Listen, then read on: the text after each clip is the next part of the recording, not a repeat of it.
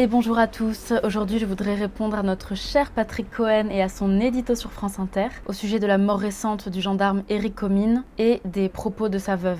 Ce gendarme de 54 ans donc, qui devait prendre sa retraite dans quelques mois, a été percuté par un capverdien multirécidiviste ayant refusé d'obtempérer lors d'un contrôle routier. Cher Patrick Cohen, cela fait bien trop longtemps que je te laisse dire des choses plus indécentes les unes que les autres, sans te répondre et sans te donner la modeste sanction verbale que tu mérites. Alors la voici. Pardon ? Oui, je te tutoie, oui. Oui, je sais qu'on n'a pas élevé les cochons ensemble, mais vois-tu, je te tutoie autant que tu tutoies l'indécence. Ok ? Deal ? L'adjudant Eric Comines qui a été tué lundi soir par un multirécidiviste des délits routiers. Non, c'est pas juste un type qui a fait quelques excès de vitesse ou qui a grillé 2-3 stops, hein. Soyons précis. Son casier judiciaire, c'est violence, outrage et délit de fuite, d'après TF1, qui n'est quand même pas réputé pour être un média d'extrême droite, si je ne m'abuse. Et il avait notamment été condamné en 2018 à 2 mois d'emprisonnement, exécuté sous la forme d'une détention à domicile, sous surveillance électronique, pour conduite en état d'ivresse et sous stupéfiants. Voilà. Bon, donc il avait été condamné à rester pépouze chez lui, en gros. Waouh, trop dur. Mais bref, tout ça pour dire que non, il ne s'agit pas d'un simple multirécidiviste des délits routiers. Déjà, l'édito, il commence mal. Préalable à son message, la veuve d'Éric Comines a formulé 2 requêtes. Que les médias ne le déforment pas, c'est ce qu'on essaie de faire, et qu'il ne soit pas utilisé à des fins politiques. Peine perdue, Jordan Bardella, Éric Ciotti, Laurent Wauquiez, Éric Zemmour, entre autres, ont applaudi le discours sans dire s'ils en approuvent tous les termes, le regret de la peine de mort, et parfois en l'outrepassant, Bardella réclamant l'expulsion des délinquants étrangers. La droite et l'extrême droite qui récupèrent... Ah oui, c'est vrai que la récupération, c'est censé être uniquement réservé à la gauche et aux banlieues. J'oubliais. Il n'y a que la gauche et les banlieues populaires qui ont le droit de vendre des t-shirts Justice pour Naël, après qu'un flic ait fait son job face à un délinquant qui risquait de foncer sur des innocents en prenant la fuite, au lieu de s'arrêter. Faire son commerce politique sur le dos d'un jeune mort, là c'est ok. Par contre, pleurer des innocents précisément tués par des multirécidivistes en fuite, ça c'est de la méchante récupération. On sait. On sait mais on s'en fout, vois-tu. Ça prend plus votre truc. C'est bête, hein. La gauche qui fait silence, comme souvent. Oui, ça c'est sûr. La gauche est en effet extrêmement silencieuse quand des multirécidivistes tuent des innocents. Merci de le confirmer toi-même. Mais comme je viens de le rappeler, la gauche est beaucoup plus bruyante quand il s'agit de récupérer d'autres faits, de réels faits divers. Pour le coup. Quand un gendarme se fait éclater par un multirécidiviste, même si ça arrive 100 fois par an, là ça reste des faits divers, des faits isolés.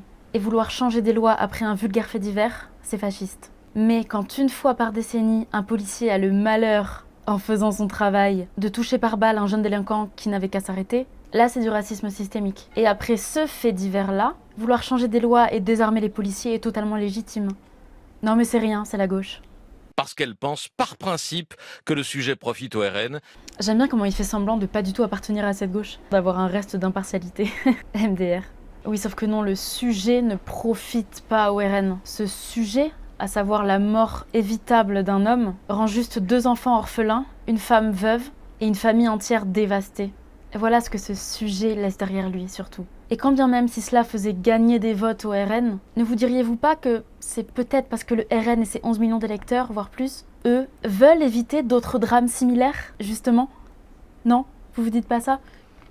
Mais le simple fait de pas vouloir crever est déjà d'extrême droite, hein, pour vous, on est au courant. Et que lui répondre ? D'abord que la peine capitale n'aurait pas sauvé son mari, nulle part, à aucune époque, la peur de la mort n'a fait reculer la violence. Ah bon ? Source ? Point d'interrogation ? Bien sûr que si, la peur de la mort et de la sanction physique peut faire reculer la violence. Croyez-moi, si on se faisait fouetter ou couper la main en cas de vol, je n'ai pas dit que j'étais spécialement pour, hein. Ou si on se faisait écarteler ou brûler vif en cas de viol ou de crime illégitime, je pense qu'il y aurait beaucoup moins de vols, de viols et de crimes. La répression n'est évidemment pas la seule solution, c'est même, on pourrait dire, la dernière solution de la chaîne, la première étant l'éducation bien sûr, mais ça, l'État ne peut pas avoir le total contrôle dessus, ou en tout cas, c'est pas le cas actuellement en France, dans les faits, mais la répression est évidemment un moyen de réduire la criminalité. Laissez-nous vous le prouver, vous verrez.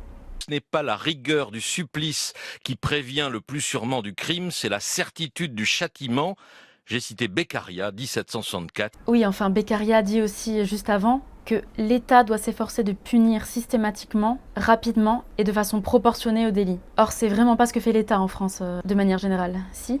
Certains violeurs qui n'écopent que de quelques mois avec sursis et qui continuent de se balader librement dans les rues, vous appelez ça être punis systématiquement et de façon proportionnée ? Parce que pas moi. Puis dans tous les cas, v'là la neutralité de la source, hein. Beccaria est un juriste et criminaliste rattaché au courant des Lumières.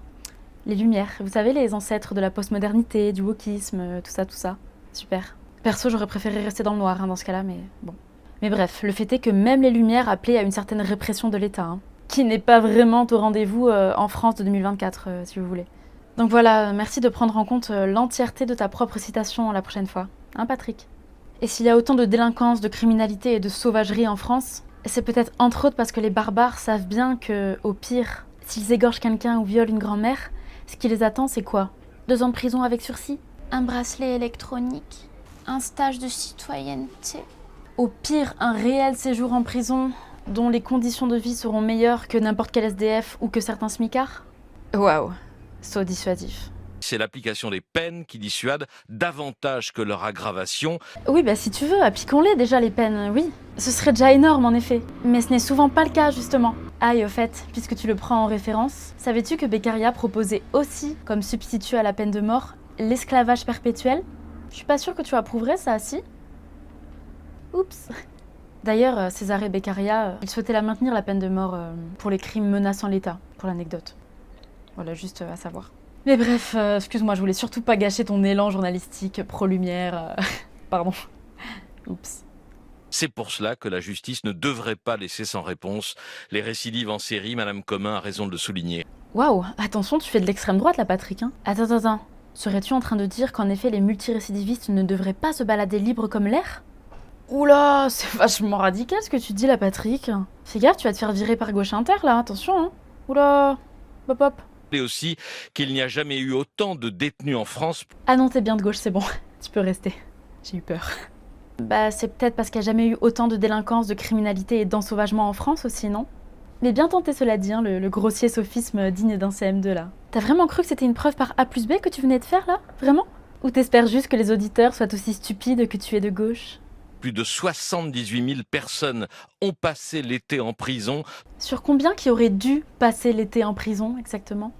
Non, parce que toi qui es du genre à reprocher le manque de sources quand il s'agit d'affirmations qui ne vont pas dans ton sens, là je trouve que ton propos est lui-même sciemment insuffisant de contexte et de sources, non? Tu sais pertinemment que le fait que les prisons soient pleines n'est absolument pas une preuve que la justice fait son travail. Le fait que les prisons soient pleines peut être tout simplement dû à une absence de places de prison. S'il y a trop de voyous, on n'a qu'à construire plus de places de prison. Et renvoyer dans leur pays, bien sûr, les binationaux, délinquants et criminels. Vous verrez qu'elles seront beaucoup moins surchargées, les prisons. C'est magique, vraiment. Dont 3500 sur des matelas posés au sol. Oh, chaton. Tu veux dire, tout comme une certaine partie de la population qui n'a pas les moyens de s'acheter des vrais meubles? Quelle horreur, devoir dormir sur un matelas au sol. Mais certains ne mériteraient même pas de matelas, en fait. Vois-tu, moi je préfère dépenser mon temps d'indignation et ma solidarité sur des innocents qui se font égorger, violer ou faucher par des multirécidivistes, plutôt que sur le pseudo-inconfort de ces mêmes criminels. Après, chacun son truc. Toi, tu te fais plus de soucis pour le confort dorsal des taulards que de la vie d'innocents. Pourquoi pas? Si la société est plus violente, elle n'est pas moins répressive. Mais pourquoi exactement la société est-elle plus violente? Quelle société exactement? Qui exactement rend la société plus violente dernièrement? Un mot encore, Patrick, sur la peine de mort. C'est un débat qui n'est pas clos. Hélas non, je ne crois pas. Hélas non. C'est pas un terme très neutre ça, Patrick. Un journaliste n'est pas censé être impartial, tout ça? Ah, mais je suis bête. C'est peut-être parce que t'es pas un journaliste, mais juste un énorme militant payé par les impôts des Français pour leur dire sur le service public qu'ils sont fachos de ne pas avoir envie que leur fils se fasse égorger ou que leur fille se fasse violer par des clandos à la moindre sortie en ville le soir. Pourquoi, hélas, serais-tu en train d'exprimer et d'imposer ton opinion sur le service public? C'est pas très journalistique ça, c'est pas très pro, hein. Ben alors, elle est où l'impartialité et la neutralité qui est censée exiger la profession de journaliste? Tu sais cette profession que vous avez transformée en vague souvenir, si tant est qu'elle ait déjà existé? 6 mois après la disparition de Robert Badinter, j'ai entendu hier des commentateurs de chaîne info, devinez laquelle, acquiescer sans tabou à l'idée d'en reparler. Oh, vous rendez-vous compte? Ces impudents ont osé exprimer la volonté de discuter d'un sujet? Attends. Dans le pays de la liberté d'expression, il y en a encore qui osent vouloir discuter de certains sujets? Pardon? Depuis quand dans le pays des droits de l'homme on a le droit d'avoir des opinions divergentes en fait? Depuis quand on a le droit de penser, genre? On rêve. Hallucinating. Non mais on rêve tout bonnement, c'est voilà.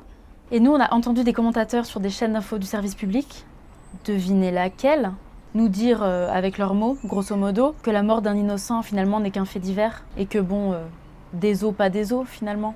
Nous, on a entendu des commentateurs sur des chaînes d'infos du service public dire à environ 12 millions de Français qui payent grassement ces mêmes commentateurs pour cracher leurs éditos militants que leur opinion n'est pas recevable. Mais alors, c'est quoi ça?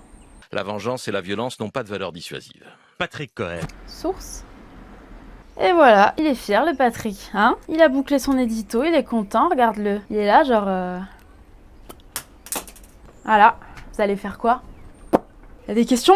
Il y a des questions ou pas, j'entends pas. Voilà. Allez, ça dégage. Mais mon Patrick, t'aides rien du tout là, hein?